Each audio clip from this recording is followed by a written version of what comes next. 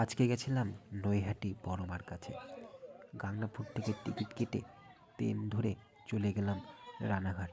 রানাঘাট থেকে কৃষ্ণনগর ধরে চলে গেলাম নৈহাটি স্টেশনে। নৈহাটি থেকে নেমে আমরা এই রোড ধরে বড় মার মন্দিরের সামনে এখন যাচ্ছি। রাস্তাটা এখনো ফাঁকা, দেখা যাক কেমন লাইন থাকে। চলে এসেছি বড় মার মন্দিরের সামনে। লাইনটা মনে হয় প্রচুর। খুব একটা বেশি লাইন ছিল না, ভোরবেলার দিকে লাইন কমই থাকে।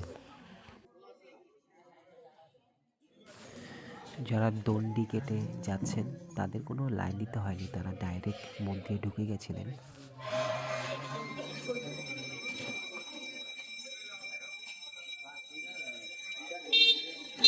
ভেতরে পুজো হচ্ছে বড় মা, আর একটু পরেই ডালা মন্দির খুলে দেবে। 6টার সময় মন্দির খোলার মুহূর্তেই আমরা ডালা নিয়ে লাইনে দাঁড়িয়ে পড়েছিলাম।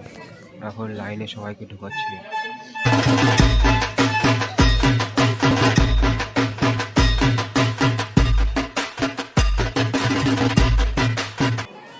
অনেক অপেক্ষার পরে মায়ের কাছে পুজো দিয়ে প্রণাম করে বেরিয়ে এলাম।